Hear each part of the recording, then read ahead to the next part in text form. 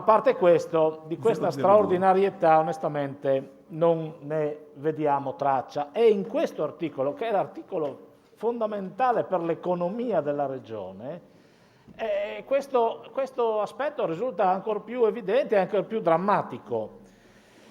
Perché se un problema esiste in queste ore, Assessore Bini, colleghi del Consiglio, è che noi siamo chiamati anche nelle prossime ore, nei prossimi giorni, ad affrontare situazioni ancora emergenziali per quanto riguarda il tema dell'economia.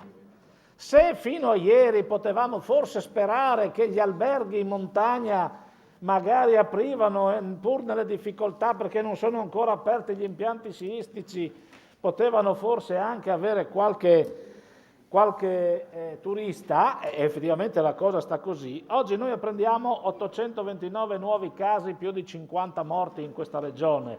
Il Veneto ha 3.300 casi, 165 decessi. Zaia dice siamo in una situazione drammatica, ma lo stesso Presidente Federica dice se ci viene un'ondata... No, se dico il numero, no, ma il Presidente Federica ha dichiarato oggi non saremo in grado di tenere su una terza ondata, il che significa che i prossimi giorni saranno giorni in cui probabilmente chiusure, in cui probabilmente non circolerà gente, non potrà circolare gente, non potremmo tenere aperte le attività. C'è una richiesta del nostro sistema di impresa oggi di assistenza nell'immediato, di attenzione nel gestire questa fase in termini assolutamente di grande attenzione. Noi abbiamo fatto delle distribuzioni di risorse in termini di bonus generali diffusi.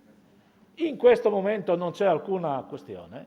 Vi posso garantire che c'è una richiesta del Confartigianato trasmessa ai nostri parlamentari. Vi posso dar copia della lettera che ha fatto il Presidente Latti all'onorevole Serracchiani, ad esempio. Lo posso dire, insomma, no, poi andatelo a chiedere se è vero o no, perché c'è il problema dell'assistenza alla liquidità.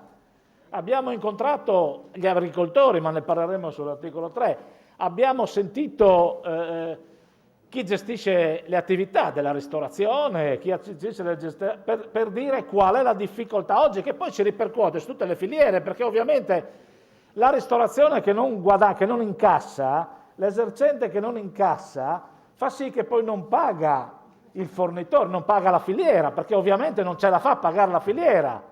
E se ha fatto gli ordinativi pensando di essere aperto a Natale e a Natale viene chiuso, non possiamo sempre dire che è solo lo Stato che deve fare, perché noi siamo una regione molto particolare, cioè lo Stato deve sempre fare, persino il Presidente Federica oggi dice, sia lo Stato a mettere i divieti, no? Perché quando li ha messi è andato in piazza a dire invece che bisognava, non solo lui, anche il sindaco di Udine, che oggi ha detto che mette i divieti sull'ingresso, quello di Trieste, a contestare il DPCM, che oggi invece viene detto va rispettato. Allora, bisogna fare la propria parte, ognuno, e allora ecco che la Regione in questo momento deve far valere la sua peculiarità anche nella capacità di analisi, di intervento.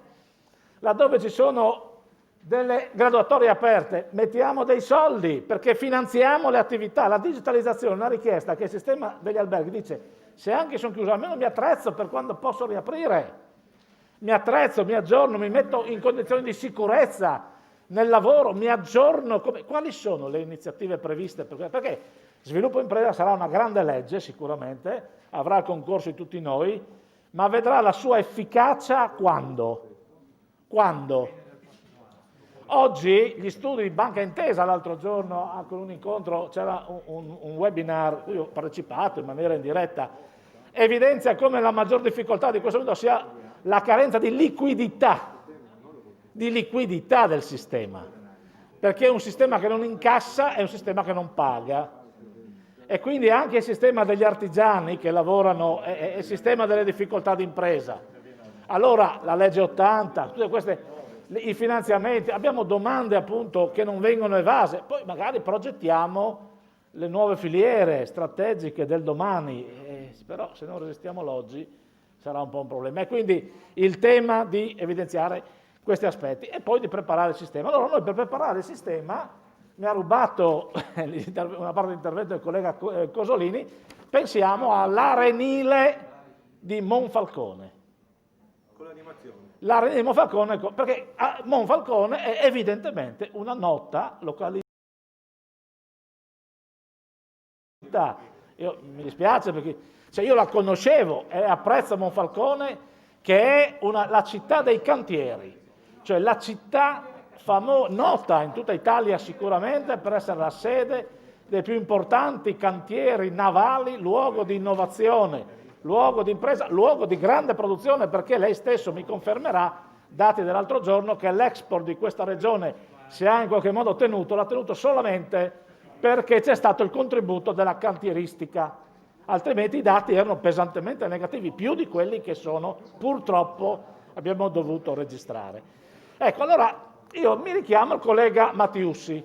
Il collega Mattiussi, per giustificare la sua, e io lo inviterei allo stralcio di quella parte e a fare una norma che sia organica su questo, anche per un modus vivendi e operandi, no, corretto, insomma, in una logica di questo tipo, stante che è giacente una proposta di legge sullo stesso argomento in commissione, sarebbe cortesia, ma anche sarebbe, procedura corretta dal punto di vista istituzionale, ma dice i cammini sono, perché così richiamiamo quelli dall'Estonia, i gruppi che vengono, e vengono dove? Vengono ovviamente nei luoghi che sono luoghi che hanno una loro storia, una loro proposta. E allora io mi vedo che vengono da qui lei, collega Mattiussi, e poi andranno a fare il bagno nel nuovo Arenile di Monfalcone sicuramente. Allora, per evitare questo, perché credo che questa sia una situazione difficile anche attrattiva, abbiamo provato a emendare quei norme, bisogna dire che magari sosteniamo invece la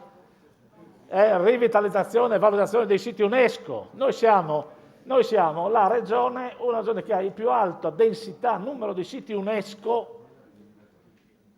Allora pensiamo, assessore Bini, che per la promozione turistica e attrattività di questa regione è preferibile spendere 9 milioni per l'Arenile attrezzato di Monfalcone o per cercare di valorizzare magari quella serie di opere, no? Quel tema del turismo itinerante, quello dei cammini, quello culturale, quello storico dei siti UNESCO. A lei la valutazione, sicuramente mi dirà che la prima scelta è quella migliore. Poi assistiamo ad una serie di altri finanziamenti, poi qua sono tutti arrivati emendamenti al documento perché la norma si è fatta in questi minuti, non in queste ore, in questi minuti. Il trasporto in alta quota, segnalavo solo una cosa, c'era prima un emendamento che diceva 250.000, poi c'è un secondo emendamento, il 2.26 mi sembra, o 16.3, dove la quota arriva a 500.000, non so se sono in più ai 2,50 del primo emendamento o se sono comprensivi, poi magari me lo dice. Visto che la norma prevede 50.000 euro massimo, pensiamo di fare una serie di interventi su 10 o una decina di questi, se a bando, non lo so. Perché vede, per la politica della montagna, ieri in un intervento molto forte, il collega Mazzolini ha detto che lui ha già fatto tutto, 36 milioni, ci ha anche detto che c'è uno ski lift a Fuori di Sopra, che c'è lo ski lift, c'è una seggiovia sul Florianca, non so dove. Allora io vorrei capire lei, assessore Bini, i 36, no, lo so benissimo perché vado in montagna anch'io, Mazzolini, non sei l'unico che frequenta le montagne. Silenzio.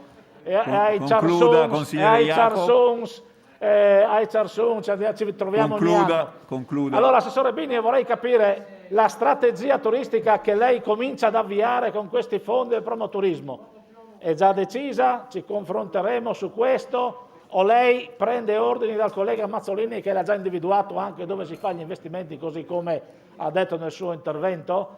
Perché allora è inutile che stiamo qua a discutere, no? È inutile che stiamo qua a ragionare. Io credo che le politiche di sviluppo di questa regione sia un dato importante che andrebbe approfondito e discusso con grande attenzione, e anche alcune scelte che qui sono nettamente puntuali e probabilmente anche personali oltre che puntuali, no? Ecco, io credo che sarebbe il caso di rivederle e riportare in una logica reale di promozione per il futuro. Grazie. Ma la richiamo soprattutto agli interventi nell'immediato, prendo nota dei nostri emendamenti che almeno cerchiamo di dare risposte alla necessità del momento. Bene, grazie consigliere Jacob. Diamo la parola al consigliere Sciauli che illustra il